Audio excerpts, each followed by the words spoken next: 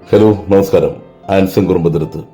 തെരഞ്ഞെടുപ്പ് കാലമാണ്. അതുകൊണ്ട് തന്നെ നിരവധി വ്യത്യസ്തമായ കാഴ്ചകൾ കാണുവാൻ സാധിക്കുന്നുണ്ട്.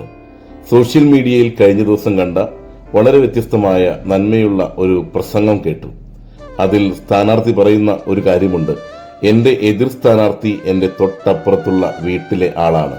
കുട്ടിക്കാലം മുതൽ ഞങ്ങൾ ഒന്നിച്ച് കളിച്ച് വളർന്നവരാണ്. ഒരുമിച്ച് സൊറ പറഞ്ഞിരിക്കുന്നവരാണ്. സന്ധ്യാസമയങ്ങളിൽ രണ്ട് വീട്ടുകാരും ഒരുമിച്ച് വർത്തമാനം പറയുകയും ഒരുമിച്ച് സ്നേഹത്തിന്റെയും കരുതലിന്റെയും ഒക്കെ ഒരുപാട് അനുഭവങ്ങൾ സമ്മാനിക്കുന്നവരാണ്. അദ്ദേഹം പറയുന്നുണ്ട്, തെരഞ്ഞെടുപ്പ് കഴിഞ്ഞാൽ ആര് ജയിച്ചാലും പരാജയപ്പെട്ടാലും ആ ബന്ധം അതുപോലെ തന്നെ നിലനിൽക്കും.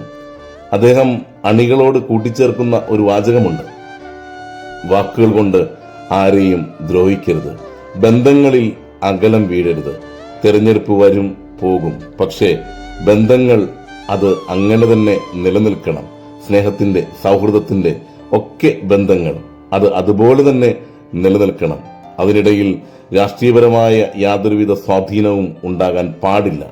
അതെ, തെരഞ്ഞെടുപ്പ് കാലം കഴിഞ്ഞാലും ഇതേ പുഞ്ചിരി അതേ പൂർണ്ണതയിൽ നിലനിർത്തുവാൻ നമുക്ക് സാധിച്ചിട്ടുണ്ടെങ്കിൽ അതുതന്നെയാണ് നന്മ.